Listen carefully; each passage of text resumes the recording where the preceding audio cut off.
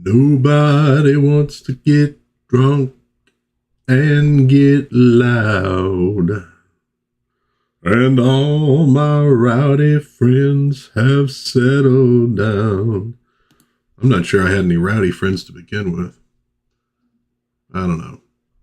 Does dungeon crawling count as being rowdy? Hey everybody.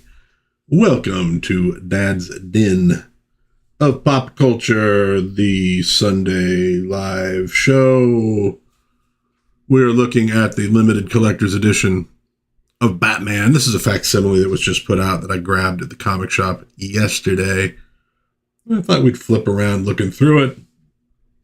Don't really need to worry about spoilers or anything with one of these because it's all reprints of old Batman comics, but interesting nonetheless in those reprints because, well, frankly, so many people have ideas about Batman and his history that aren't always true. Anyhow, hope everybody's doing well on this beautiful Sunday morning. It's, it's 10 a.m. here in Vegas. It's morning, more or less. I know, back east it ain't morning anymore. And I don't know what it is in other parts of the world, but it ain't 10 a.m. I know that much. Anyhow, we got a few things we'll chat about today. Batman is good. Golden Axe is bad. It's Star Trek. I don't want to call it that. I'm just going to call it Strange New Worlds. I don't want to put the other title to it. Is getting pretty ugly. So let's chat about some stuff. Let's talk about a couple things.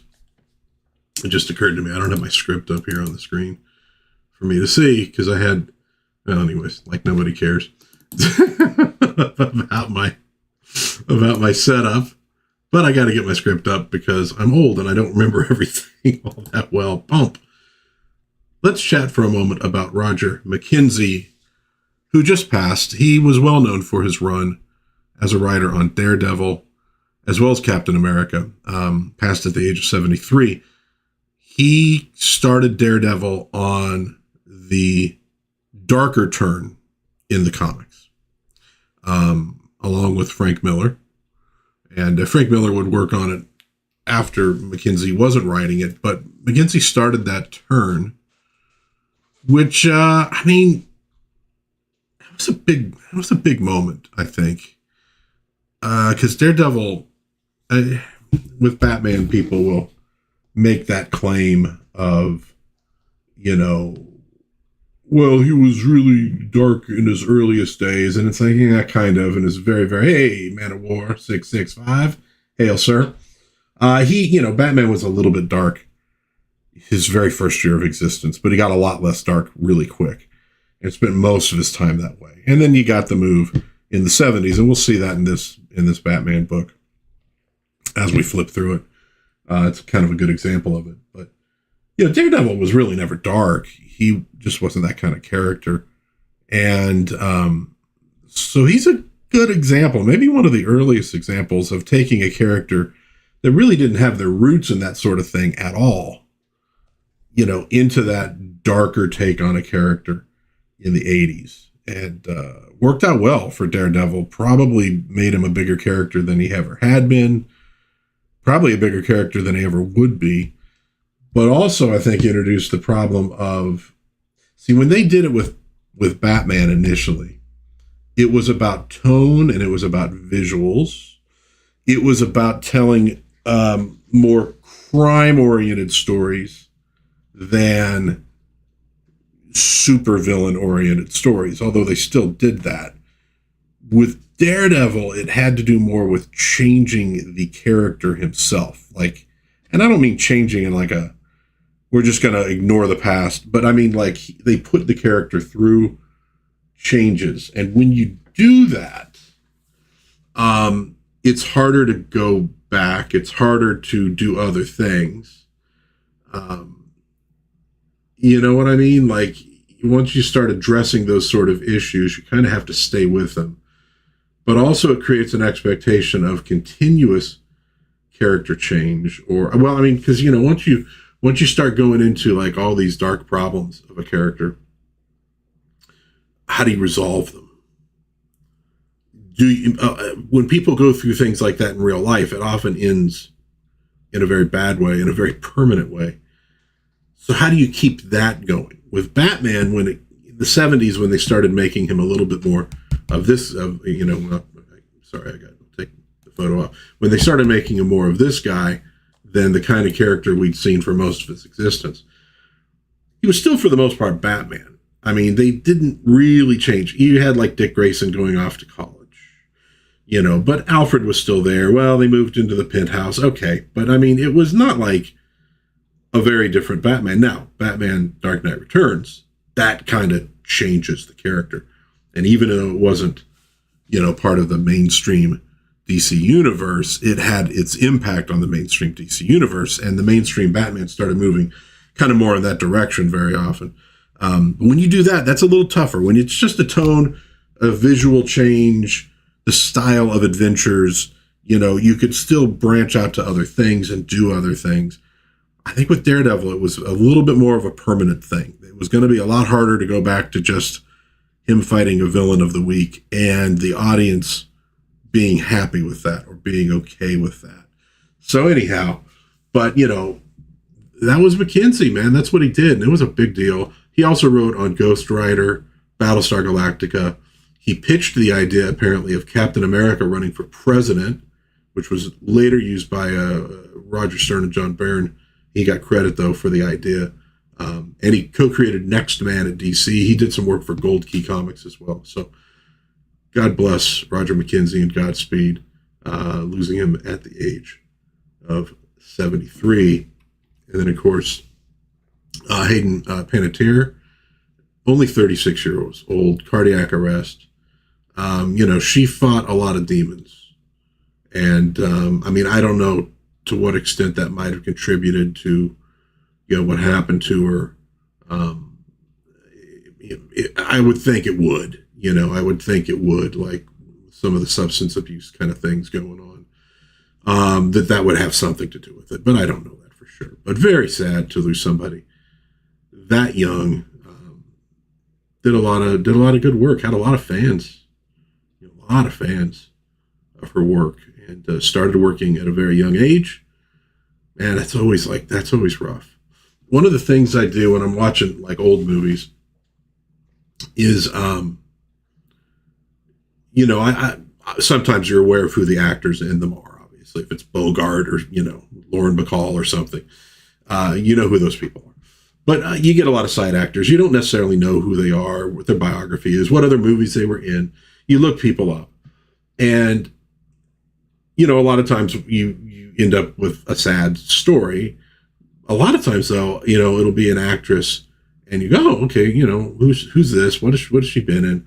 And you look, and she's in a few movies, and then we'll say she, quit Hollywood, after a few years, and went on to lead a full, happy life. And I'm always like, good. I liked her in this movie, but I'm glad she friggin' quit the industry and did not get destroyed by it. Because, man, that is an industry that just chews people up and spits them out. It's a rough industry, and it has a friggin' lot to answer for.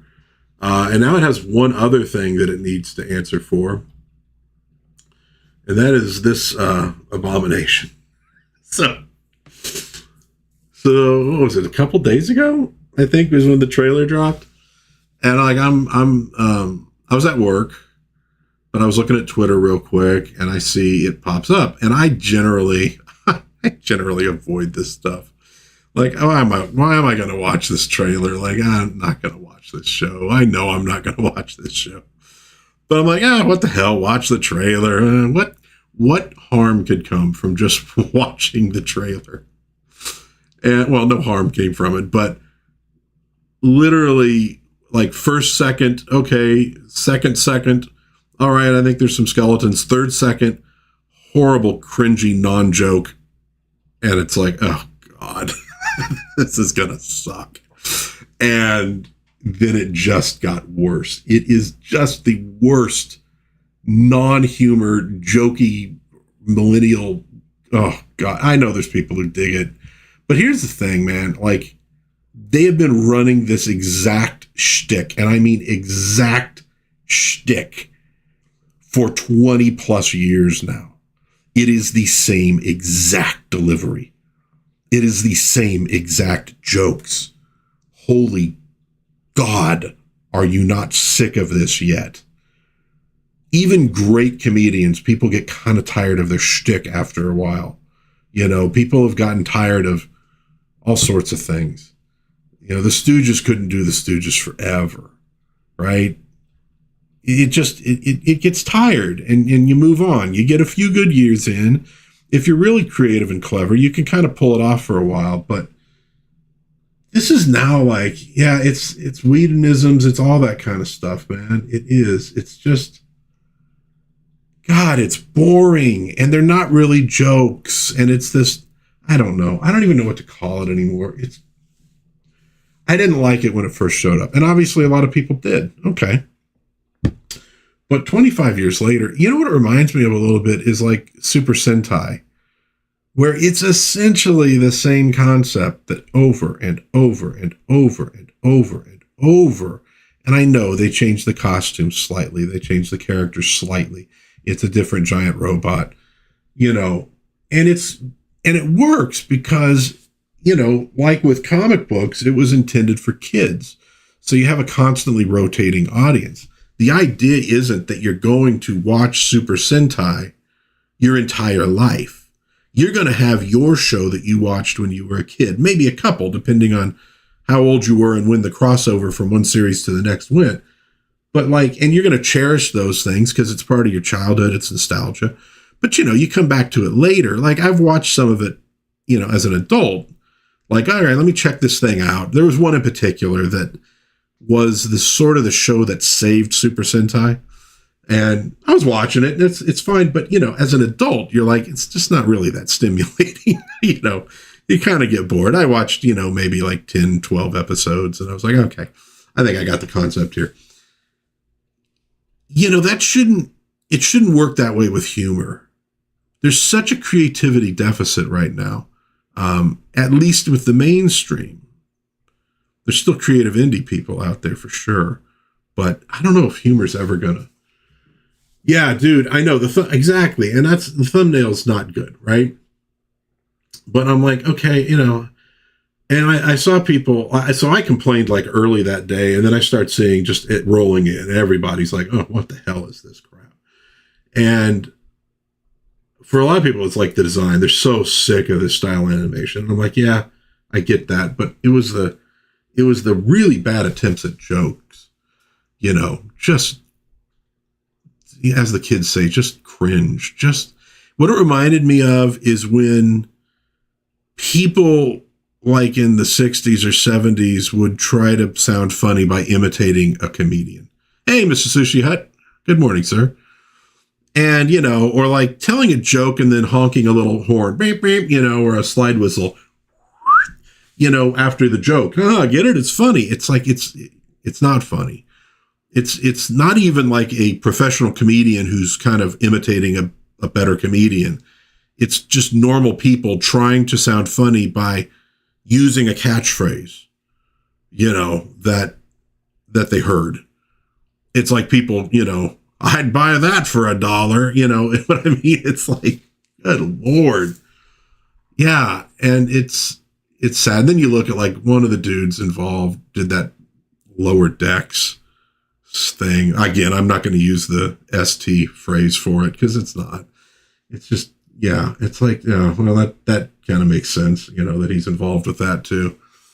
It's just, ugh. And we're just not, the creativity is just not there. It's just not there. There's creative people out there, God knows, but they're not working in the mainstream. And I don't know if it's just because these people share politics or if there's just this massive disconnect. But even if some of this stuff maybe does a little good, you're kind of going, yeah, but you know, it probably should be doing like a lot better. It's like when I looked at what the kind of money that Return of the Jedi made, when you're, adjusting for inflation and everything, the kind of tickets it sold, you kind of realize that a movie making over $1 billion nowadays is fine, but it's not like Blockbuster. What Spider-Man Brand New Day is making, that tracks. That's like in Return of the Jedi territory in terms of sales. I think like Infinity War and Endgame did that kind of stuff too. I think the definition of what's really a hit has been diluted so much that a lot of these people manage to keep getting work when like they really shouldn't. You really need to bring some new people in, but I'm not sure that I don't know. It seems like so many people from my generation and the ones younger, it's like, it's just all imitation. Well, let me just mash these 4 or 5 tropes together. And that's a story. It's like, no. I mean, a trope, can be used with care, but like, that's not really a story. Well, let me just mash these 2 genres together. It's a Western combined with musical comedy and sword and sorcery. And it's like, okay. Dude, you might have some clever thing that can be described that way, but that's not how, you don't start with that. It just feels like all of this stuff, you know what it feels like, and I'll talk about this more in a minute too, but it's human AI. It's all imitation. There's no innovation, but more importantly, there's no soul to any of it, right? No matter how good AI could get at crafting, say, a screenplay, there's no heart and soul in it because it can't be. It doesn't exist in the computer. It can't be. The best it can do is imitate stuff like that,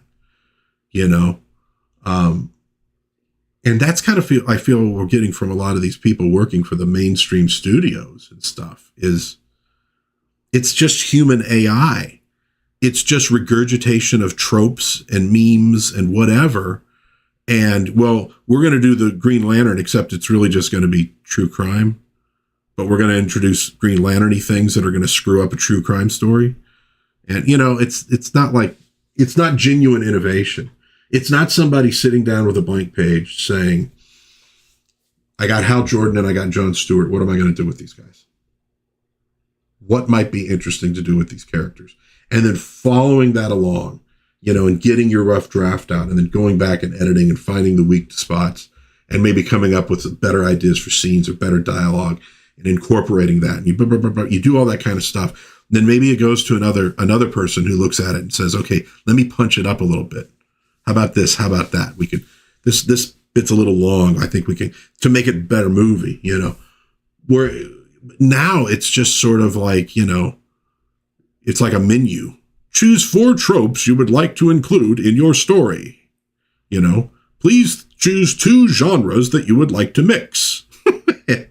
And it spits this thing out. And I guess the people doing it might feel like they're being creative, but I don't think they really freaking are, honestly. All right, that's enough on freaking Golden Axe.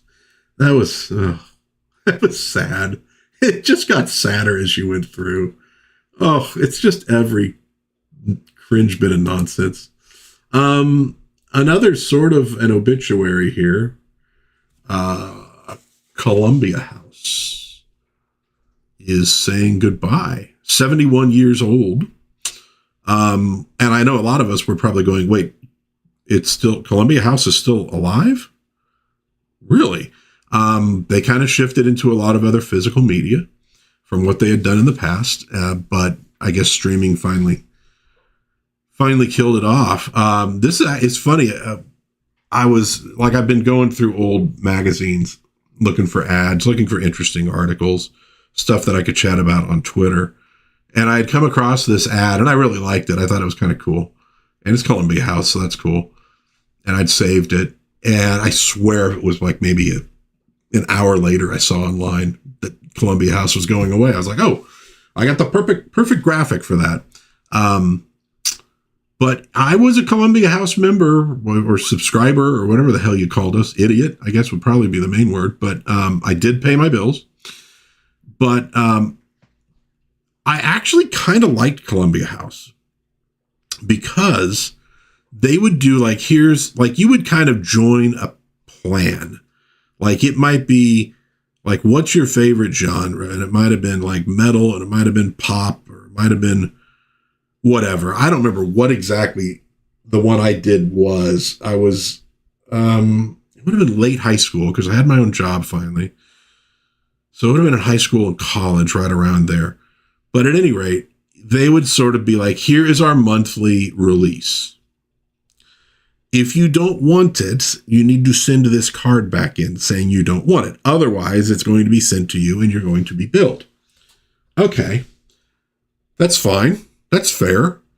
Except I have my brain's always in 15 places at once. I'd always forget to send and say, no, I don't want it. Remember, this is pre-internet, so this is mail.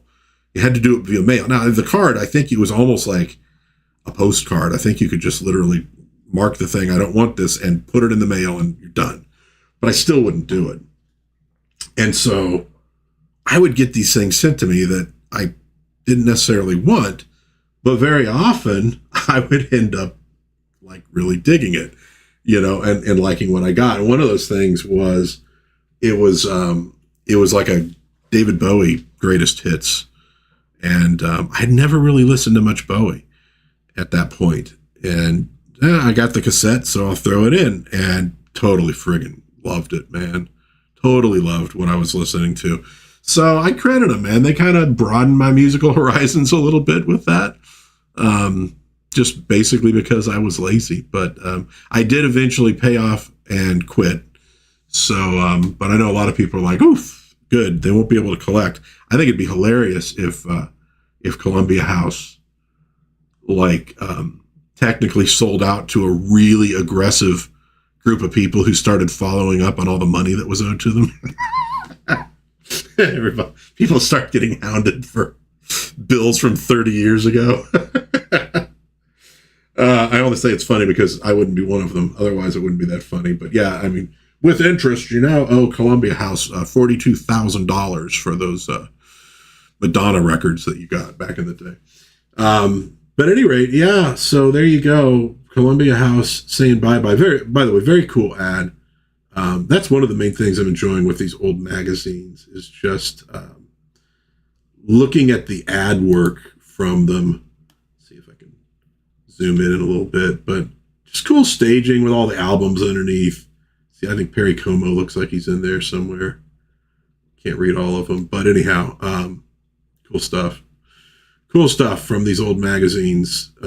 They always remind me, the way the ads are structured, a lot of them, totally reminds me of Bewitched, with the kind of advertising that Darren would come up with for things.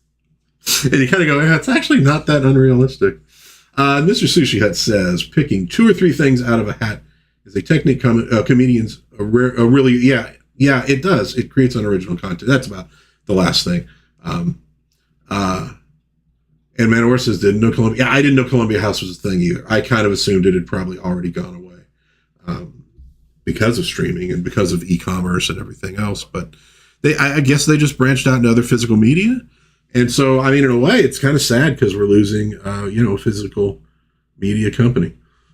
So the next thing I want to complain about, and I'm sorry, but sometimes you got to complain, is, not this, but the show called Strange New Worlds that is really unrelated to an older IP, even though it claims to be part of it, does this damn puppet show thing. Like, I saw an image and I thought it was like an AI thing somebody done as a joke. Right? And it was like, oh shit, it's real. Oh, it's real. There's something else that just came up like that too, where I was like going, wait, that wasn't just somebody being a wise ass on Twitter. That was actually what was, oh God. So, I mean, we all know Star Trek's not in a good place. The current management is bad. The current talent is not good. It's not really Star Trek. It doesn't really understand what Star Trek was.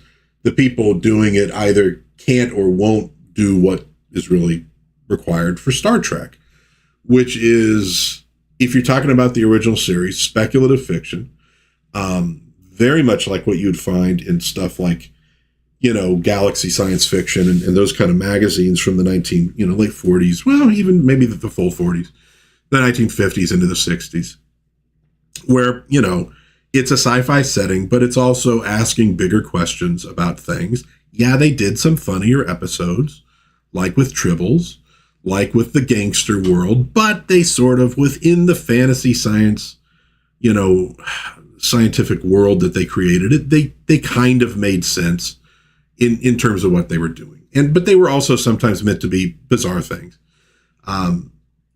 Next Generation was more space opera. Over time, I think it tried to be the original series early on and had trouble doing that. And then kind of shifted more into A story, B story, which you find a lot of in comedy, but they were doing it with sci-fi, and it's become kind of standardized, unfortunately, in my opinion. And more space opera. So we got more stories about the world they were in instead of stories about our world, using Trek as the setting. To ask big questions. That's kind of fallen down. They do try to tell stories about current day, but it's more from a political perspective, and it's not really probing and asking questions. Is this a good idea? I think it's a good idea, but is it a good idea? What are the arguments against this? Let me try to set this kind of stuff up. It's just some weird excuse to put freaking puppets. Like, what the hell? Dude, Mark Hamill one time guest starred on The Muppet Show, both as himself and as Luke Skywalker, and R2-D2 and C-3PO were there with him, and which doesn't really make sense, but it's fine because it's The Muppet Show. It's The Muppet Show. It's not a Star Wars movie. They did not do a Star Wars movie where Dr. Teeth showed up playing in a cantina, They did a Muppet Show where they had him playing Luke Skywalker because Empire was out and it was big. And obviously Frank Oz was involved playing Yoda. So there was an obvious connection, with Jim Henson, and his Muppets and all that stuff. And we got a Darth Vader, rip off as Gonzo. I want to say they called him like Darth Nader or something like that. I don't remember. And it was done for laughs, and it's fine. That does not hurt Star Wars, right? But again, if you took Star Wars and yes, they obviously had kind of like Muppets in Star Wars, with some of the special effects, but they were made to look as real as they could make them. You didn't have an obvious foam Bert and Ernie just pop up in Star Wars. That would have been weird. It wouldn't have made sense, and it would have hurt Star Wars. You don't do that with Star Trek. And it got me thinking, though, that back in the 1970s, they made an animated Star Trek. It was a Saturday morning cartoon. Roddenberry was involved. It was done with Filmation. Filmation wanted to do a series where you had a bunch of kids on the Enterprise as sort of the apprentices of the main characters. And they were going to be kid-centric sort of stories. And Roddenberry's like, no, that's stupid. That doesn't make sense in the context of Star Trek. He still took it seriously. And this is probably also partly because he had tried to break away from Star Trek and it hadn't worked out. So he's like, I still got Star Trek in my pocket. I got to use it. Not really long after this is when they would start looking at making a new Star Trek TV series, Star Trek Phase 2, that was going to headline the new Paramount network. That didn't work out. They transitioned it into Star Trek The Motion Picture. And a lot of the work done for Star Trek Phase 2 would actually become Star Trek The Next Generation. A lot of it. Star Trek The Next Generation is just a modified version of Star Trek Phase 2, with more new characters, obviously, because you weren't getting Kirk and all them. So he says, no, we're not going to do that. We're going to make a somewhat more serious show. Now, Star Trek, and it is just called Star Trek. It's not really technically Star Trek, the animated series, just like Star Trek is not technically the original series. It's just Star Trek. So this is just Star Trek, but we'll call it, Star Trek, the animated series. It is intended for children. if you tried to take these scripts and film them just as episodes of Star Trek, they'd look a little off. They'd look a little childish. But they are not anywhere near as childish as what they've done with Strange New Worlds. They're much more legit. And in fact, you could take almost all of these and you could probably punch most of them up and make them into episodes of the original series. And they would work. You just have to, grow them up a little bit. So we have these people now taking the Star Trek franchise and making sillier, more childish stuff than was made for a Saturday morning cartoon in the 1970s. And I think it speaks to the people involved. And I saw Gary Nerdrotic on Twitter had said, Kurtzman wants Star Trek that is anything but Star Trek. And dude, he nails it. And that's true as well with kind of what Marvel's doing, with kind of what DC is doing, with all these people. It's kind of like a vandalism. They kind of parasitically grab onto something that is known and loved and then try to create their own stuff on that sort of, corpse. And, but they don't really respect the material. They just sort of reference it, sort of use it, sort of manipulate it as they need to create what they wanted to create in the first place. And if they did create it in the first place, it probably wouldn't get too many views, And keep in mind, we're in a world where some people make a movie like Obsession because they had an idea, they make it, and it does extremely well. I don't know that if they weren't working off of existing IPs, if the stuff these people create would do very well. What's his name's Snyder's Rebel Moon kind of proves that not so much. They kind of do need to, it's sort of like a Trojan horse. They need to kind of work off of these things to get away with this stuff. And, the fact is a really talented writer can do this and maybe make something that's very interesting. Frank Miller with The Dark Knight Returns, some of the stuff that was done with Daredevil, where it works off of an older character, but kind of changes it in certain ways, but at least makes something that's legitimate on its own. These folks, I don't think they're talented enough to work on their own, and just hiding their work underneath an IP doesn't really seem to be working particularly well for these studios. They really need to look elsewhere. And or says, but let me go back a little bit. Metawar, I actually just got the original animated series Blu-ray recently. Can't wait to dig in. Haven't seen them since they originally aired. Yeah, they're fun, and there's some cool stuff in them, and I dig them. But they're definitely for kids. Hey, that's where they invented the holodeck, by the way, was the animated series. You do get the holodeck there. You get to see a couple other alien crew members on the Enterprise. It's kind of cool, And it was fun. And it's fun having the original voices in there, But at the same time, obviously they're more intended for children. They're not as satisfying as adult entertainment, but they weren't intended to be. But they're still more adult than a friggin' Klingon musical and Muppets in space. And why wouldn't you lean into pigs in space if you're going to do it? There's where the money is. Mr. Susha, I really want to get that Blu-ray set, animated series. Yeah, and I got the DVDs that's in that white container that looks like the ones from the original series they did, the blue, the gold, the red. So I don't have the Blu-ray, but the DVDs work fine for my purposes. But yeah, it's worth getting. And Wizards of the Coast will be doing that with the yeah, I know. That golden axe thing. Golden ass, I guess maybe we could call it. It's very current day D&D, which, by the way, is just not D&D. No respect for the pulp roots of D&D, no respect for the pulp roots of Star Trek. They haven't read that stuff. Probably they wouldn't understand it if they did. They don't understand why it's good. They're just these lost children making garbage for other lost children, but it's just apparently not a huge demographic, not as big as they thought it was going to be. So there you go. That's the end of my complaining for the day. I promise.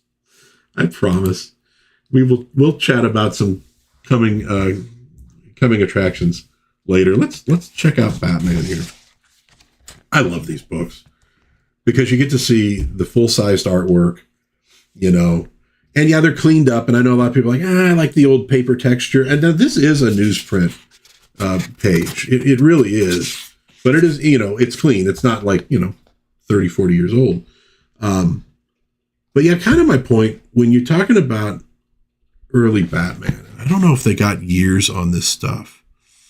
Here's the case of the Joker's crime circus. So the Joker and Robin show up at the very end of Batman's first year. And it's at the same time they show up, the design on Batman changes. From that original Bob Kane art that was kind of a ripoff of the Shadow. I mean, maybe more than kind of a ripoff of the Shadow. But, and it becomes more of the smiling Batman that you would get for a lot of years. So when people tell you that when Batman took a harder turn in the 70s, it was because there was this aberration of Adam West in the 60s that ruined Batman from its dark roots and had to be changed. And it's like, no, sir. The Adam West Batman was very much in keeping with 20 years worth of Batman stories. Very much in keeping with it. Okay, I'm typing this in. The case of Joker's crime circus. Burp. What year? So, you know, Robin and Joker show up about the end of year one. And that's when Batman becomes a lot less like the Shadow and a lot more like Dick Tracy with crazy villains, with, you know, these gangsters, etc. But here we see Batman punching Joker off a lighthouse. See, Joker got like 2 or 3 stories in the first issue of Batman. So we're not talking Detective Comics at this point. Okay, that was in Batman number 4, winter of 1940. Okay, so this is a story from 1940. Yeah, just look at the big bright colors, though. You kind of understand what they were doing with the Adam West Batman show. There's obviously some real violence here. Here's Robin taking one on the chin. Here's Batman. Did he get shot? Let's see. No broken bones at any rate, but I'll bet I made a dent in that wall. Oh, it's because when he hit the wall, hurt his arm, right? But you can kind of see, this is more like Dick Tracy. It's more comic strip than it is a dark, grisly tale of a driven, insane Batman. You got to see a much more human Bruce Wayne in these stories than I think you're going to get much later on. Like post Dark Knight Returns is when Batman starts to become a little bit more, you know, mentally ill at that point. Because for a lot of these people, it's like, well, we have to address the fact that he dresses up like a bat. And you're like, you don't really, because it's a fantasy story, you know, and it's okay. I mean, do we really need to address why Conan in comics runs around just wearing, you know, the fur underwear? Like, is this man insane? Why wouldn't you put on armor to give you that much more of an edge? Well, he did in the books oftentimes. But, you know, what? Well, it's because it's Buscema and he's drawing like Greek heroes and demigods practically, you know, and so it's to show all the musculature and to sort of pay homage to, you know, perfect human forms and stuff like that. We don't really need to psychoanalyze it beyond that stuff. That's a cool panel. It's pretty groovy. You got a lot of good action in these things. But you get the same thing with Jack Kirby, with Captain America. It is just action, action, action. And the key with Joker over and over and over again in the early stories was he appears to die at the end of the story. They'd kind of do that later on with Catwoman, with kind of working off the 9 lives concept. They didn't right away, but Joker oftentimes seems to die at the end of these stories. All right, here we have the case that Batman failed to solve. We got a cowboy. We got it's, you know, Chinese guy. The polka dot, you know, you go, is that guy a clown? No, it's working off of like a silk outfit that might be worn. It's a different time, and I guess folks did probably dress a little bit more like that back in the day, although probably not quite like that. But obviously what they're going for here is other detectives competing with Batman to solve a case. So again, you could totally see this in an Adam West episode. You could have done this as an Adam West episode. You would have needed a lot more guest stars in it. And what they're kind of doing with this, I believe what we're seeing here is the Thin Man, Nick and Nora Charles. We got like a cowboy, Old West Marshal. We got Charlie Chan, I think is what they're basically going for.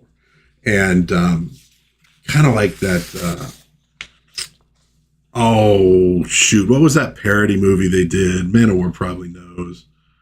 Wendy might remember that one too. Where it's, they had like Peter Falk playing a Bogart sort of character. And that kind of, it was basically like they took all these, Peter Sellers was playing like a Charlie Chan character. They have all these different literary detectives and had them solving a case, but it was all parody. It was all done as a joke. It was really friggin' weird. I remember seeing it as a kid, and I watched it more recently as an adult, part of it, and I was like, this is way weirder than I thought it was. Look at that panel, though. How great is that? Let's get the magnifying glass out for that one. Look at her face. They were more cartoonists back in the day. That's a nice one, too. They were more cartoonists back in the day. I don't know if all of these Bob Kane pretended to draw, and it was all done by different people. I'm not sure who did this particular one. Oh, I love when they would do a Chinese person or Japanese person speaking Chinese or Japanese, and they would just make these weird chicken scratches because they had no idea how those pictograms worked. They just made some weird images, and they're like going, yeah, the kids don't know, so what? It doesn't matter. That's a nice one too. Look at that swack. I don't know what the who's he hitting? Oh, it's because they threw all this like fabric on this dude. Okay, I get it now. Yeah, very cool. Very cool stuff. But this is kind of like, this is the Batman that you got for a lot of friggin' years. Yeah, that's gotta be like a Thin Man thing. Well, I don't know if she's meant to be thin. I don't know if it's meant to be Nick and Nora Charles. She might be a different character. I have read all these, but it's been a while. I'm all caught up on Batman up to 1965. I've read every friggin' story. And I need to get into 66. Wow, he just totally kicks Charlie Chan in the face. That was very nice. Or Dr. Tsu, as they put it. Biff, sock, bam. Hey, look at that. 66 Batman, boys and girls. This is what they were doing. And because they were reprinting a lot of this stuff. Murder by Death. Thank you, Lady Wendell. Murder by Death. Oh, and then there's also The Cheap Detective. Yeah, The Cheap Detective's another one. Yeah. Murder by Death was the one I was thinking of. And they did a TV version. I remember they had Tony Danza was in it playing a sort of Beretta character. And I want to say, no, that's a different one. Now I'm confusing that with the Tony Danza. God, I'm losing names right now like crazy. Danny DeVito, Tony Danza movie they did with the friggin' like chimpanzees or orangutans. You would see stuff like this show up on TV on a Sunday afternoon, and you'd sit and watch it, and you're like, what am I even watching? I have no friggin' idea. All right, so anyways, they all cracked the case together. Now look at this one. Again, when we're talking about cartooning, this is Tweedledee and Tweedledum. And in this one, they've taken over like this little town called Yonville. Again, okay. This is the dark Batman that we were robbed of. I mean, seriously, Batman probably, Adam West and that show and Tim Burton's version of Batman are probably far more accurate to the first 30 years of Batman than the stuff that came afterwards. Now, I like that they made that shift at a certain point. Oh, that's a good one. Look at that punch. That's great. I'm glad they made that shift in the 1970s. I really am. I think it was a good way to go, because this stuff, frankly, gets played out. They made a little bit of a shift in around 66, 67, Carmine Infantino with the new Batman, and we're going to see one of those stories in here. It shifted a little bit, but it was still a lot more like Golden Age than anything else. It really comes later with like Neil Adams and those guys giving us the much more realistic version of Batman and Robin. A little more gritty crime drama than villain of the week or weirdo of the week. Although I will say, having gone through, so I not only went through and read all these stories up to 65, I was also keeping a database, because it's who I am. I'm sick. I have problems. I admit it. But I was trying to sort of like, I wanted to nail down some stuff on Batman. And you could find this like on some of the fandom websites, basically the same thing, but I was doing it myself. Like, what are locations they talk about? What are the street names in Gotham City? But one of them is like what character appears in what issue, what story. And I found that it's mostly about 1/3, maybe to 40% of the stories have a supervillain in them. And about 60 to 65% are some kind of gangster. So even then, it was a lot of, just random gangster who's, become the new kingpin of Gotham City, and Batman has to take him out. There was a lot of that stuff. There's some pretty good art in this one. I like that. That's kind of good. I like the musculature that they did there. Yeah, but you can definitely see the cartoony elements. That's a nice one, too. There's a few nice panels. Robin always had that look. The biggest change, I think, when they started redrawing some of these characters was Robin, and making him, because Robin basically looked the same from the time he was 7 to the time he was 16. I think they made him taller, but that's about it. He didn't change physically otherwise. He pretty much stayed the same. And then they finally kind of went for the teen wonder in the 60s, and that's when they finally changed his look. Here we have Infantino and Anderson, the freaking classic Joker image that you got on all sorts of merchandise back in the day. Man of War says, in his review of Knight Riders, I talked about the microwave TV movie channel we had early 80s. Ape was one of the ones they would punish us with. The boy hostage, yeah. I got to be honest. Oh, Going Ape, yeah. Oh, God. Because there's also a movie called Ape out of Canada. Oh, and there's that Yeti movie they did, too. Oh, my God. I think Ape was out of Canada. The Yeti one was definitely Canada. Maybe I'm wrong on Ape. No, Ape was, oh shit. Was Ape Japanese partly? No, maybe Korean. I can't remember now. There's a weird movie called Ape, I swear. I will say this though, for Robin saved Batman too. He really does. But look at this, like, does this look like a insane loner? They're smiling over breakfast, reading the newspaper. There was such a more normal Batman. And even after they made the shift, by the way, just how badass is that? That's great. Even after they made the shift in the 70s to being a little more serious, Batman could still tell jokes. He could still do stuff like that. There's another Infantino. So here's the redesign for the Penguin. And the Penguin, early Penguin, is a very cartoony looking character, extremely cartoony. So that was a big move. So here we got the new look Batman. Hate of the Hooded Hangman. Story John Broome, art Carmine Infantino, and Joe Giella. So this is probably around 65 or 66. Maybe 64. It could be that.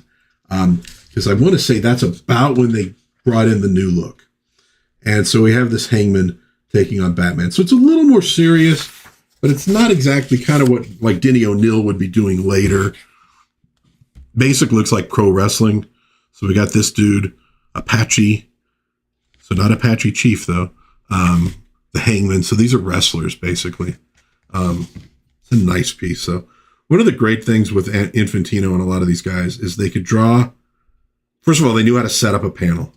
Look at you got the monocolor in the background, so it blends. So you didn't color every person back there like a real person. You got the different layers, right? Dramatic right in front. They knew how to set up a panel. A lot of current day artists who are, Ape was the Kong 76. Yeah. And it was Korean. Okay.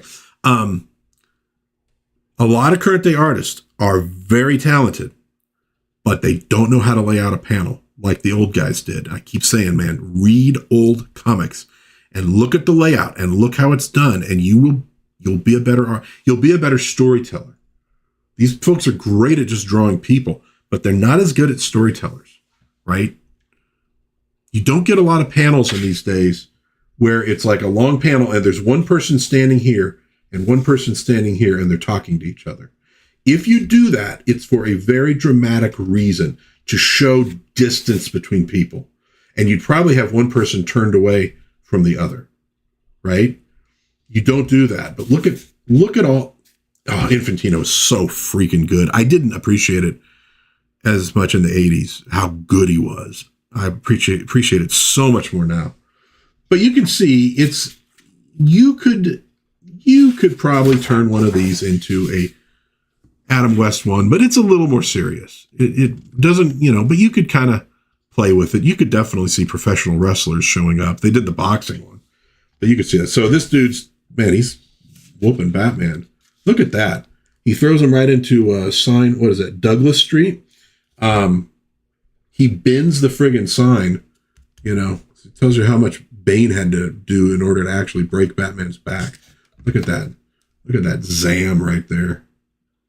That is fan-friggin-tastic. I'm telling you, go out and get these facsimiles. They're still out there. My comic shop has a bunch of them still. They're not selling out, and that's a sad thing to me, but this is like more the size they're drawing this stuff at to begin with. Maybe a little bigger than this, but you get so much more detail out of it. And but also look at the lines. He doesn't cross-hatch the hell out of it. Because sometimes that can interfere. Got to be careful with cross-hatching. It's a lot of really bold lines that they used to use for a lot of reasons. They had to draw this stuff a hell of a lot faster than they do now, for one thing. You didn't have time to sit there and cross-hatch the hell. You couldn't spend an hour shading somebody's upper lip back in the old days. You needed to get this stuff out. I've got a whole Batman maze, too. Yeah, but look at this stuff. But that's New Look Batman. You can see where they're going for a little more serious at this point. But they were also trying to take advantage of how popular the TV show was. Batman sales they boomed with that TV show for a few years. And then they settled back down because it brought in basically people who were kind of normies and weren't really that into comic books. And they got into it for a little while, and then they moved on to other things. And that makes sense. Oh, it looks like they're pals now. Oh, maybe they're trading. What are they doing there? That looks like ramen. Yeah. Anyhow, I'm not going to read the whole thing here, but just amazing stuff. Zoc. That's amazing. That's a pose Infantino used a lot. The widespread legs and the guy, you see that in a lot of his work. And they take off the mask and it's actually somebody else. But one thing I wanted to point out here with the New Look Batman, and this page is pretty good for it, is you see the faceplate that he kind of gives the Batman mask, right? Now, is it shading? Is it a faceplate? But that's exactly what you got. And you notice how the nose here is segmented in a different color? Look at the Batman mask that Adam West wears. It is based absolutely directly off of that, to the best of their ability. And it's one of the first masks that works in live action, because they had a lot of problems with the ones from the 40s serials, with not being able to see out of the eye holes and things like that. Because they used the solid plastic or whatever they used, I don't know what it was, for that frontispiece, it made the whole thing work a lot better. It probably still was a pain in the butt, but it worked a lot better in live action. So there was New Look Batman. And then we get the more serious version that comes a little bit later. Hot Time in Gotham Town Tonight. Mike Friedrich, Irv Novick, and Dick Giordano doing the art there. That's some good stuff. But you can see that's definitely more realistic. It's not cartoony, even though it still can be exaggerated and stuff. You kind of get the idea what they were going for with that stuff. Oh, that's a nice piece. That's a great splash. And that's the Batman everybody's a lot more used to now. Even with character changes, that's kind of what that's how you're supposed to draw Batman nowadays. If you came into a book and started doing even Infantino's Batman, it would look a little off. It would look like, oh, you're going for a weird retro thing. But if you brought that Batman into a book, I think people would say, yeah, oh, that's Batman. That's what he's supposed to look like. That's the dude. A lot more serious, you know. And here you can see you still got the bat eyebrows there. But you can tell it's definitely meant to be more like shading on the front of the mask than a different color or something. Yeah, that's fantastic. I can't wait to sit and read all this. I just grabbed it yesterday. I have not read through it. But I'm like, I don't have a massive amount to talk about today, so we'll look through and just appreciate the art. Bat Puzzle from page 22 by Bob Rozakis. All right. I have no idea. I didn't even look at what the puzzle was. So he's trying to save that statue. Okay. It's glowing. Is it radioactive or something? Boom. For the natural violence of life, there is always the fireman. For the supernatural violence of life, there is always the Batman. All right. Supernatural violence. Then we get Ghost of the Killer Skies. Oh, so dude in a World War I plane. That's very reminiscent, isn't it, of that Johnny Quest. Great friggin' Johnny Quest episode with that World War I crazy pilot in the Andes. Yeah. So is this art on this one? Maybe it's on the next page. I don't see the credits. Let's go back. Oh, Neil Adams. Okay. That's what I was assuming. It was Neil Adams. Some of the finest Batman art has been done by Neil Adams. Yes, that is very, very, very true. Neil Adams, not always, he gets a little overly political with his writing, as we know from Green Lantern, Green Arrow. But solid stuff. And just look at the friggin', again, I mean, this is just gorgeous stuff. Baron Hans von Hammer. Oh, look at that. Oh, how cool is that, man? Come on. Look at that stuff. Yeah, that's the Batman that we know best. So I don't blame people for thinking that was always Batman, because it has been since the 1970s, which at this point means he's been that kind of character for a much longer time than he was the slightly goofier character. But when this stuff hit, he'd been the goofy character for a long time. And that's what the Adam West show was doing. It was just taking what was in the comics and putting it on the screen. And I think all of us would love it if we could get this on a movie screen or a TV screen. I think they came maybe in some ways a little closer with that more recent Batman with Pattinson. I think they were trying to show him be a detective, and the Batmobile's kind of a sports car. I've seen somebody online making fun of it, and, but you get it. But that's kind of what the Batmobile looked like actually for a while in the comics when you get down to it. But yeah, just this Batman it'd be really fun. I guess you kind of got him in the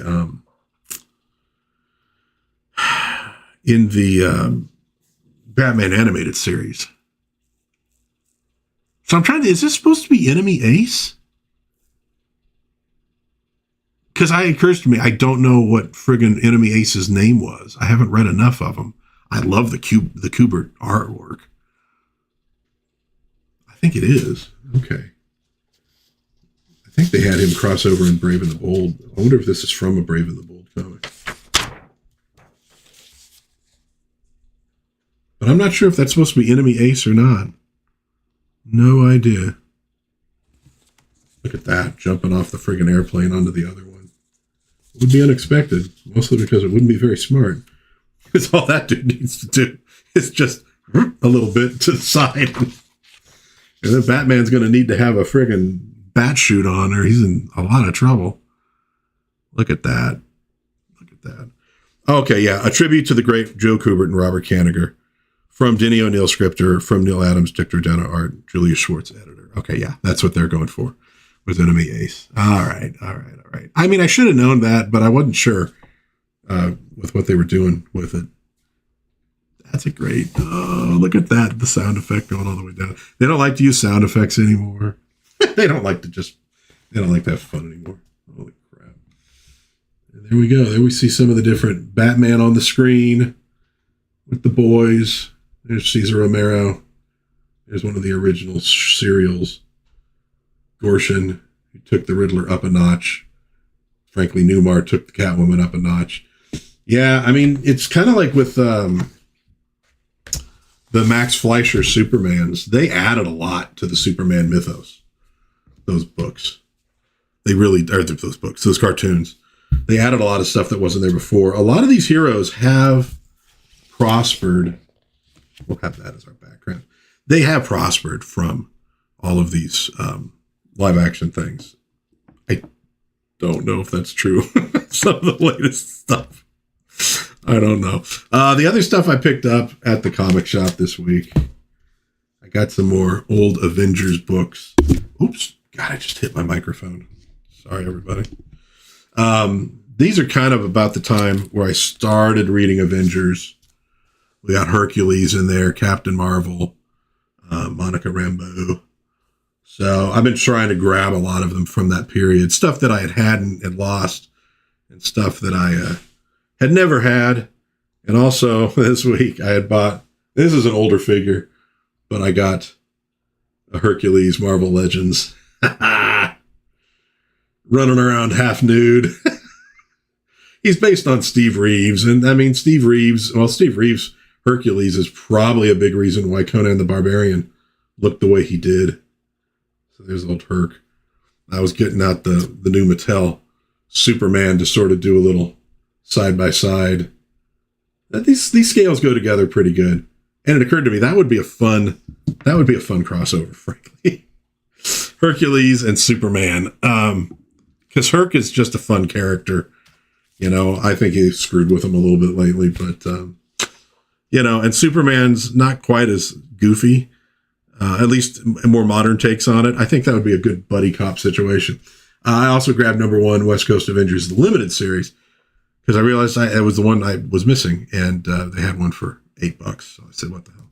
Let me finish that out. And then they also had the new Silver Surfer facsimile out with some insanely good Buscema artwork. And this one, look at that. Giant lifelike karate practice dummy. Only 99 cents because it is made of cardboard, boys and girls. And it's probably not even life size. So I don't know what you're going to be practicing on. Look at that. Dude, that's Shatner. That's that friggin' Kirk meme right there. Holy mackerel. Look at that. That is that friggin' Kirk meme. Love it. The opening page, too. Come on, baby. I didn't mean that. You know I love you. Come on, honey. Don't be mad. Look at that, dude. I love this. See, some of these guys could still get that cartooning aspect into what they were doing. They knew how to go unrealistic when they needed to go unrealistic. Yeah, I haven't read this one yet either. Plastic pillows. Don't ask. Oh, then look at that. Look at that splash. That's great. The unsuspecting. Good stuff. So I've been enjoying those too. Yeah. So that's about all I picked up this week. Pretty light. Didn't go for too much. And then my little Hercules figure that showed up. Let's look at some coming attractions and round this baby out. Manowar says excellent book. Yes. So coming attractions. Probably should use that button to do it. So What do we got here? This is something I saw on Kickstarter. It described itself as Dragon Ball Z if it had been published in heavy metal. Now, Dragon Ball Z doesn't mean much to me. I'm old. I admit that. It was after my time. But heavy metal does mean something to me.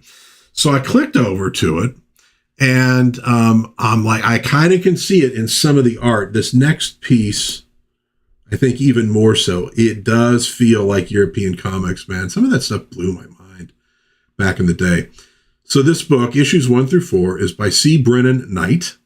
It is described thus.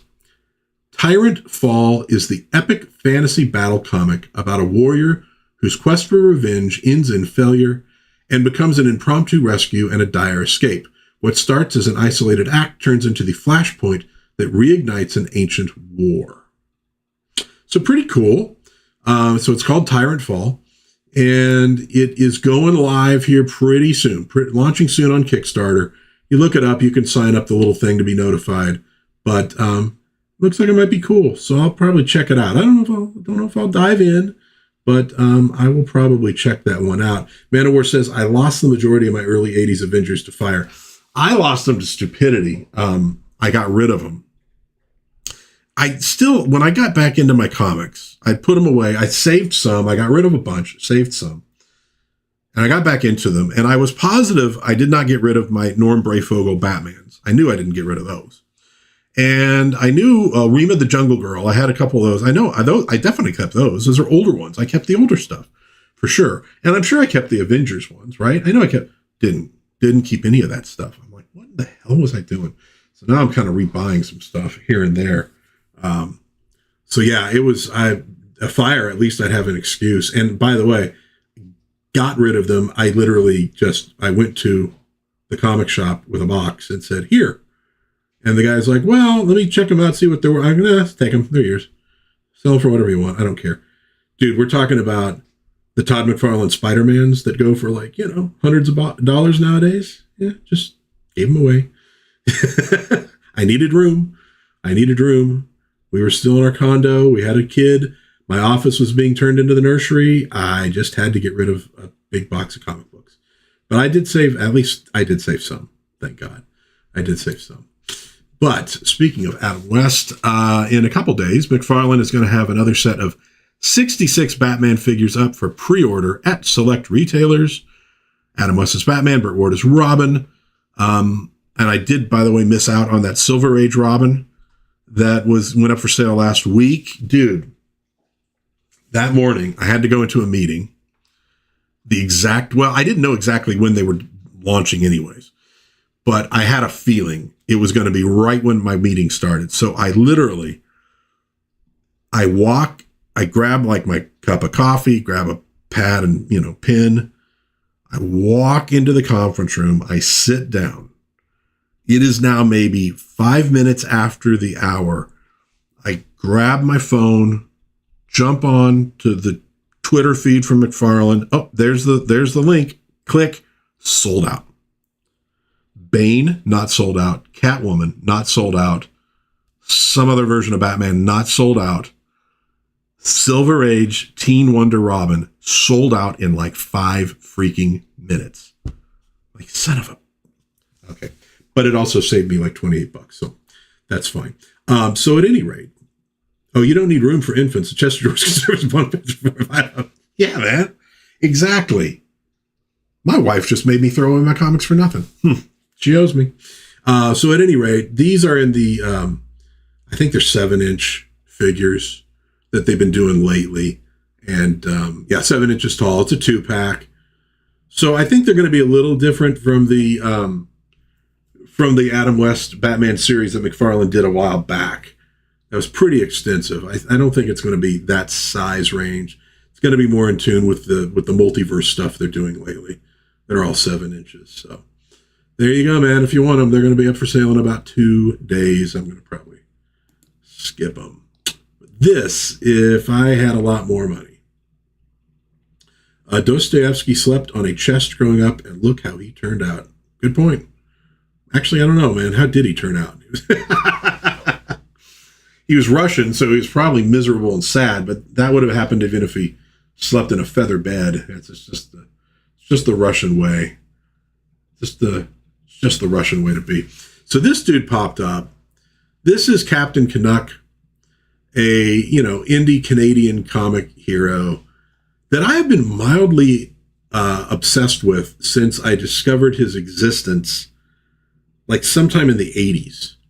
I have never read one of those comics, but I saw an image and I thought, that's really cool. And I've been on the lookout ever since and never have wound up with one of them. So very Marvel Legends style. Should arrive in the second quarter of 2027. $80. Yeah. And I can't do no $80 for essentially a Marvel Legends figure that should probably cost more like $25. Which bums me out because it's a really cool looking figure, and I would totally go for it otherwise, but just a little bit too much. But if you got the bucks, and if you're Canadian, you should go after Mark Carney. Yeah, I don't know what Captain Canuck's politics are. He might be on board with all that stuff for all I know. But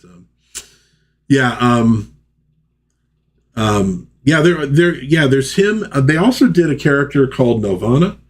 I covered that in that Golden Age superheroines thing I did. So there were a few, and you could sort of see how that costume, influenced Marvel's Guardian and then Vindicator. You could also, Nelvana was definitely an influence on Snowbird and Alpha Flight. So, you can kind of John Byrne was kind of Canadian, right? Or was he born in Britain and grew up in Canada? So, those are kind of Canadian superheroes published in America, but, sort of. Yeah. Anywho, so $80. I was like, oh, this is rad. And I clicked on it. I'm like, ooh, $80. No, sorry, can't do it. And that happened almost maybe like 30 minutes later when I was looking at stuff. Oh, there's another shot of Captain Canuck. When this sweet baby showed up, NECA, Powdered Toast Man. Very cool. It's a very cool figure. It looks really freaking good. And here's another shot of him with friggin' Muddy Mudskipper on his shoulder. Look at the face and look at the work. And they did a great job with the outlining on this thing, so it's not distracting. It's $44. And I'm like, dude, as tempting as that is, I can't throw $44 down for Powdered Toast Man. But man, what a nice looking figure. I gotta just give a lot of credit to them. They did a fantastic job with this thing. It looks so good. Yeah, it's very Ren and Stimpy. That Muddy Mudskipper, dude. Oh, that's so great. Man, I remember watching those. We had a friend when I was like high school, college, right around there. And it's a great guy. And most of us did not have cable in my friend group. It was pretty much him. And he would tape Ren and Stimpy. And we would all gather like at this one friend's house, like on a Saturday or something or whatever, and break out the latest Ren and Stimpy tape. Yeah. Because none of us had a lot of money. I can still remember I would bring over the funny pages because my buddy, they couldn't afford a newspaper. And I would bring over the Calvin and Hobbes funny papers for everybody to read. Isn't it weird? There's a weird way that it's kind of fun being poor. Like, it's not, but, and look, I had parents at the time who, I wasn't in poverty, but you didn't have a lot of money. And it just gives you sort of like more appreciation for things and more things to share, little simple things you could share with friends, and stuff. And you just more of a excuse to just get together and hang out and have fun and watch whatever you could watch. But yeah, that dude, Ren and Stimpy, but he also was he was the guy he was my internet at the time, who was like dude, have you heard about this movie? Have you heard about this? Have you heard about this? He was plugged into everything. He was addicted to that giant magazine section at friggin' like, what was it? Was it Tower Records at the time? I can't remember now, or Barnes and Noble maybe. So all the film magazines and all the weird stuff. And he was always tuning us into something like Shaolin Soccer, or, I remember he's the one who sat me down and made me watch Evil Dead 2 with a group of people. And Tom was great. Love that stuff. Good conduit for weird crap. But yeah, that powdered toast, man, looks fantastic, but I can't do $44, and lack of shelf space as well. But kudos. Dude, I had to resist that Jada friggin' Fred and Barney, like with the Cocoa Pebbles, Fruity Pebbles. Those look so friggin' rad. I love that kind of commercial mascot crap so much. Had an issue of Captain Connect number 12, also long gone. All right, so you had one, dude. Yeah, and they've done like new versions of the character at times, and I'd love to find some of the original stuff. I should look on my comic shop and see like what it goes for. It's probably just like basic superhero crap too, but I don't know why. I got obsessed with that character. I think because I couldn't find it anywhere. And so it became sort of like a white whale. Frazetta Girls and Icon, Death Dealer, coming this fall, 1/12 scale. So it's not up for pre-order yet, but looks pretty friggin' rad. And if you follow them or you hit their site every once in a while, you can keep up on it. So they got another Death Dealer coming. They're doing some really rad work there, man, with action figures. And they're a little more expensive. They're a little more expensive for sure, but good stuff and good quality. That John Carter I got, the He-Man version, it's a really good figure. It's in the running for like one of my favorite ones, I think, this year. For sure. And one last thing to share. Kolchak, the Night Stalker. So this is from James Aquilon, who did the Kolchak Meets the Classic Monsters recently that I backed and enjoyed. This is a Kickstarter to put the Kolchak 50th anniversary graphic novel back into print. And I just realized when I saw this, I hadn't backed it yet. I need to jump in and do it. You can get $10 digital, $26 physical.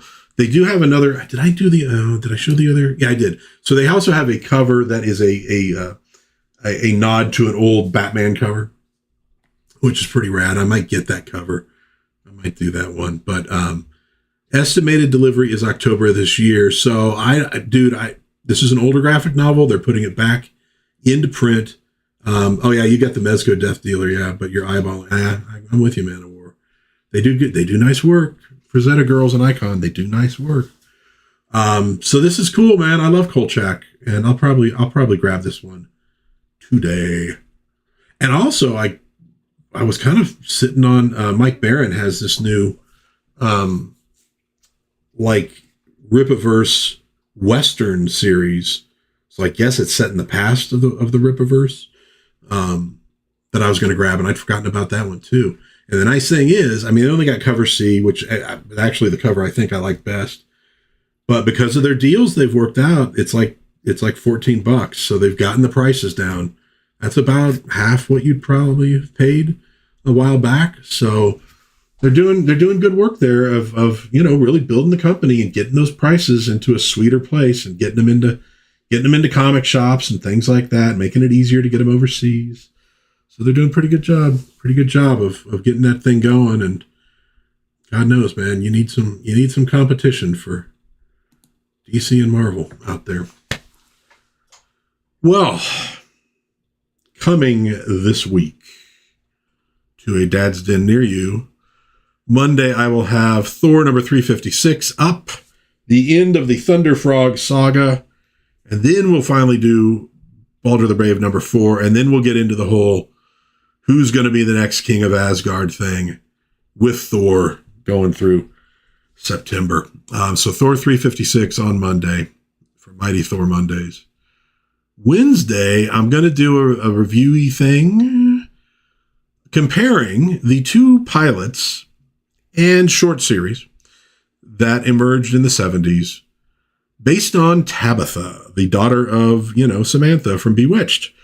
They did a Tabitha series, kind of a throwback to Bewitched, but they actually did 2 different pilots, and they're both out there on YouTube. So I watched them both. I like to do little reviews of old pilots. I thought that's kind of cool. We could kind of compare the 2 and then talk a little bit about the 12 episode Tabitha series that came from the second pilot, and why it didn't work out. And it probably was not destined to work out, honestly. But it's kind of interesting. And then on Friday, if I have time to cram this weekend, or today and this week, I might be able to get a video out on, I might do Talislanta, which was a cool setting, fantasy setting, famous with the no elves thing. Dude, maybe I can, hold on. Maybe I can grab it off the shelf. Oh, if it's not too hard. There it is.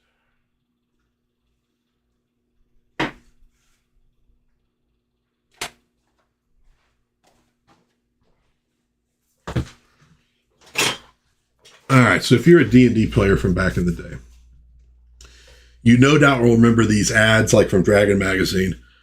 Talislanta, and the key line was no elves. And dude, these dudes, the thralls, they were like the money. That's what got people into this. Like, what? That's all tattoos on this dude. It was a really interesting game. Really interesting game. It had a cool, resolution mechanism. I thought was pretty cool. But it also was built around this fantasy world that was not traditional fantasy. I'm trying to see if I could find some art. Oh, here we go. These are the characters. They were all sort of like, not exactly race as class, but it was always a combo race class. And sometimes you'd get multiples, but kind of give you an idea, these weird different peoples. Like here we have a Farron thief, Farad wizard, Druk shaman, Drakartan thaumaturge. Here's a Drakartan desert scout. So you got a couple options if you're doing that. Jafir merchant, Chana witchman. What does that say? Kalidian cryptomancer, Druna witchwoman, darklings, Danuvian swordswoman, Cimmerillion warrior mage, Cimmerillion magician. So it was not your traditional elves, dwarves, etc. And there were tons of these options. And then they put out these other books that would kind of detail this whole world of Talislanta that you were adventuring in. So it was a world, it was a game at the same time. Equipment. So I might run through this book. This is cool. Weaponry stuff. Oh yeah. Arduin Barge Fort, The War Wagon. That's a fun movie. John Wayne and Kirk Douglas. Come on, I know Manowar knows War Wagon. Manowar's seen War Wagon, I'm sure of that. 7th of Talisand, anniversary of the founding of the Seven Kingdoms. So, yeah, man, it's like a whole thing. Here's like coins from the friggin' realm. Very cool, and it's sort of like my heartbreak game because I bought all this stuff and I have never gotten to play it, not once in my life. But I was going to buy it almost no matter what. And I'm not one of those people that would just like buy games that I never was going to play. I generally didn't do that because I didn't have the money for it. But this one, someday I'm going to play, and it's never happened. It probably won't. Manowar says, didn't they just crowdfund? I think they did. I think they've done a few editions, and it could be up to 5th or 6th at this point. This is 2nd edition. So I got this, and I got a bunch of the, I don't know what they were called, gazetteers or whatever of the world, but definitely want to go through and look at this because it was also it was a kind of a cool system too. It was pretty rules light, if memory serves, and neat way to resolve things. But you just had so many options, and it was cool because it was so different. And when I was doing my when I was doing my Land of Nod stuff, even though Land of Nod was more traditional D&D, elves, dwarves, etc., but I always had this in mind of trying to make interesting peoples here and there that people could kind of explore. And, always had this in the back of my mind while I was doing that campaign world, all those hex crawls that I wrote. But anyhow, so hopefully Friday I'll have time. But I got to look through the whole thing and read up on it again because it's been a while. And I don't have the advantage of, I played this game for 8 years where the rules just are just soaked into your brain. So I got to look it over. But hopefully I'll do one on Friday. I've been wanting to do a video on Talislanta just because I think it's one of those things that is forgotten by a lot of people, and it's pretty cool stuff. And that cover, dude, just look at really nice work on this cover. That is just rad. Everybody wanted to be one of these dudes, one of these warriors, because that was the money shot right there. Okay. So that's coming up next week. Thor, Tabitha versus Tabitha, and maybe Talislanta, all beginning with the letter T. Does that mean something? No, it doesn't. So that'll do it, I think, for this stream, everybody. Thanks, Man of War, Sushi Hut, and Lady Wendell, of course, in the chat. And thank you, everybody who tuned in. I really do appreciate it. Got to chat about a few things, and not, a little complaining, but then hopefully the effusive praise for Batman made up for all of that. And obviously, dude, if you think Golden Axe looks awesome, if you love the puppet episode, God bless you, good. I'm glad you enjoyed the hell out of them. No, not angry about that at all. I promise you. But thank you, everybody, for tuning in. That'll do it. God bless everybody. Please be kind to one another. Have a little bit of fun out there, and hopefully I will see you again soon in Dad's Den of Pop Culture. Bye-bye.